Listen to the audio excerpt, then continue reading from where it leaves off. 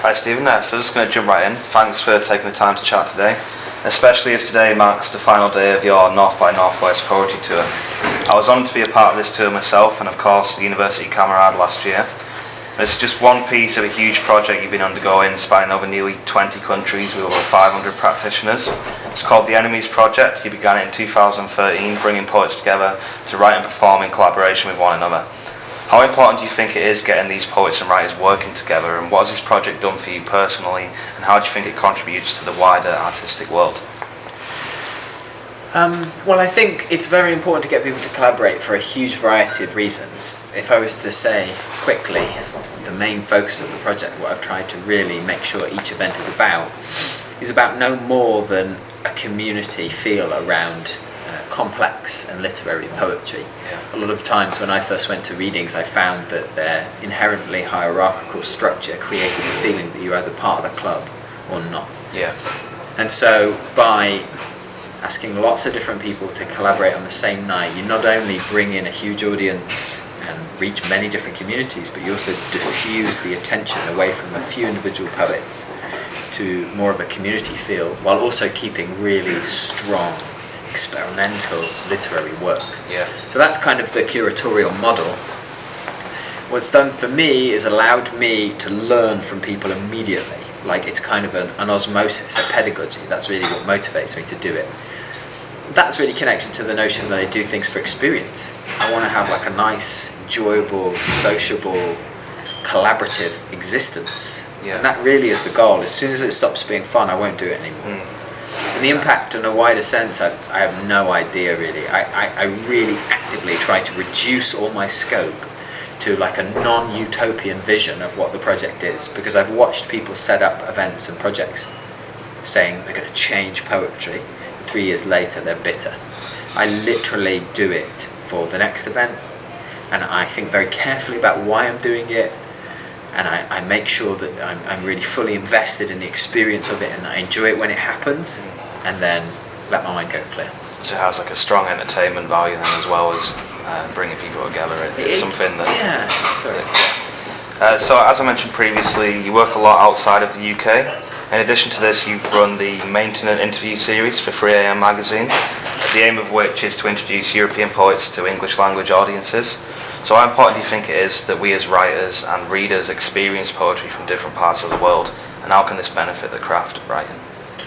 I think it's again, on a human level, it's enormously important. It's really about how we see ourselves in the world, like whether we're really interested in the random chance of where we happen to be born and what things that we're able to do in our lives, or whether we want to have a more open kind of global vision of what human beings are like. That's kind of the purpose of it. So really my focus in European poetry was just down to the fact that my first reading of poetry was in translation. I was interested in writers that had been translated into English. I was interested in different ways of expressing oneself. I didn't want to limit myself just to my national tradition. So it felt natural to me that, seeing as people in England only really knew poets from before the war or around the Second World War, that doing something like the Maintenant series would allow contemporary readers on 3am to really engage with the fact there's so much happening just over a small sea, which very few English poets and readers are interested in. And that's fine by me. I actually am not trying to convert anyone. Again, it's like the events. I don't do it so other people have a great experience. I don't think about anyone else. I don't really think about the audiences. I don't think about the readers. I don't care about that. Because as soon as you start to worry about that, you start to measure yourself against like a notion of success that has to do with a career or money or... I'm not anti-materialist, but the reality is I do it because I enjoy it. And the day I stop enjoy having conversations with European poets and learning about what they do and making friends with them and collaborating with them and then getting to travel, I won't do it anymore, because as soon as you're trying to serve someone else, you'll lose the motivation yourself. So in a way, I believe in a kind of ethical selfishness that drives everything I do, I would say. That's very well put. So your work itself moves across many different forms, including concrete poetry, sound poetry, as well as visual art and many other avenues. So how do you decide what you're going to do next, and how do these differing forms contribute to one another? It's very much about the subject of what I'm trying to do. So I think I'm interested in all these different ways of making literature, because different subject matters and different concepts and ideas, different practices suit different realities.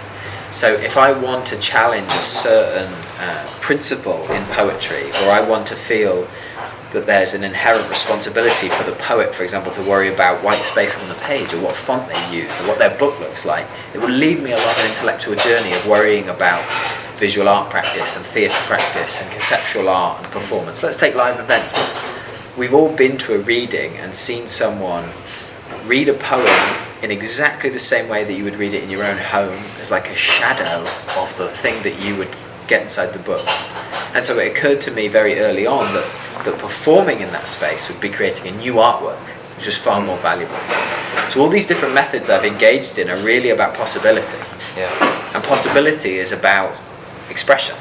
So if I want to write about something or create something that's not literal, and I'm feeling hemmed in by the bounds of a certain kind of writing, then it's very important to me that I can play with sound, or I can play with graphic design, or I can play with paint. And I know about those things. So in a way, I'm quite naive. I just stumble into these things and think, oh, you can do them. Because I didn't have any poetry in my life before the age of like 24. I didn't have it. I didn't read it when I was a kid. And I think a lot of the time it's this inheritance of traditions which limits people in what they do. And that's again why I'm not like a crusader to convince people to do things. I don't care what people do what they like. Yeah. Okay, so you have a new collection and a new art poetry book out this year, and a further 2 coming out later in the year. Can you give us a little preview of these and tell us what we can expect to see that we've seen before in earlier publications, and what makes these different from things you've done in the past? Well, the poetry collection, The Guide to Being Bearware, is with Shearsman Books. It's kind of a return, actually, to more literary poetry, because I've been working in abstraction and performance art a lot over the last year or two. I've gone back to the roots of why I started to read or write, which was these big European poets that I mentioned before, like Mayakovsky and Gunnar Ekelöf and Rejewicz, all of these like amazing literary, playful, more traditional poets in a sense for me. So that book is readable. It's actually understandable. It's not completely obnoxiously abstract. If that makes it more engaging or successful with people, I doubt that anyway. I think my reputation has probably already ruined my readership of people. But that's what will be in the book. And the abstract book is about a journey I've taken researching poets just after the war who were collaborating with artists a lot in Europe, like the Cobra Group, like Asger Jorn, Messer in Spain, Christian Dotremont, people who were interrogating language itself using paint and using a return to kind of a brutalist, childlike way of expression. Yeah. So yeah, it's trying to continue that tradition or engage with it in the UK, which is kind of rare. So good. It sounds cool. Looking forward to it. Thanks. Finally, as you'll be featuring our anthology, which includes both poetry and poetics, how important do you feel poetics are to writers when considering your own work, and how can it help you develop as a writer? Yeah, I think it's a difficult one, that one, because I think for some people it's everything, that they've intellectualized everything that they do in their practice. And because I studied philosophy, I wasn't a very good student, but I did study it vaguely, and it kind of killed a lot of that kind of context or subtext for me and burned it out. I mean, that's happened in like France now, the home of contemporary theory, and the poetry at the moment in France is not amazing. You can think too much about it. So to be honest, poetics to me is something that always comes after the fact. Yeah. I find myself retrogressively finding ways to justify things that I was doing because I enjoyed doing them, or because I find someone's work and I think, that is so exciting. How can I play the way they play? And then after the fact, you've got to be like, well, the history of abstract, So poetics is not really that important to me, but it is obviously massively useful for you to interrogate what you're doing. The more one can learn about the decisions one's made, even if you've made them instinctively, especially because I teach as well, the more that you can then pass that on to others and hopefully create a positive engagement. But it's absolutely not fundamental to me, poetics. It is something that I kind of do because I hope it allows marking points of thought, and because people ask me to do it a lot of the time. Yeah, really. Yeah, it's one of them. Well, thank you for your time. That's really great to hear that from you. And good luck with the event today. Thank you, man. Nice to talk to you. Okay, you too.